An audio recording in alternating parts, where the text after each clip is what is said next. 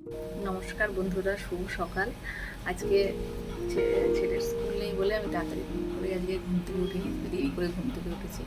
তো বাবা বেরিয়ে যাবে, তার জন্য আমাকে আবার তাড়াতাড়ি করে টিফিনটা রান্না করতে হয়, যেহেতু ঘুম থেকে একটু দেরি করে উঠে ফেলেছি।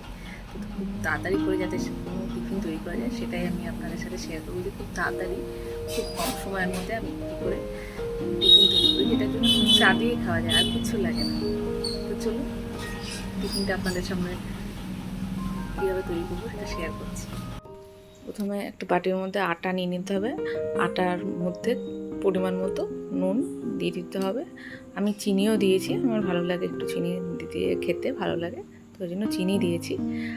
যদি কারোর চিনি পছন্দ না হয় সেটা নাও দিতে পারেন, শুধু নুন দিয়ে হয়ে যাবে। এবার ভালো করে আটাটা একটু কাদা কাদা মতো মেখে নিতে হবে, যাতে সেটা পাতলাও না আবার খুব নরমও না হয়।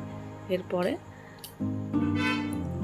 হালকা অল্প একটু তেল দিয়ে, প্যানের তেল দিয়ে তারপরে তার এটাকে মেলে দিতে হবে।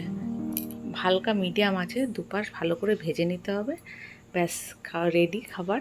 এরপরে চা আমি বসিয়েছি, চা হয়ে গেলে এটা দিয়েই সুন্দর একটা সকালবেলার ব্রেকফাস্ট তৈরি হয়ে যাবে।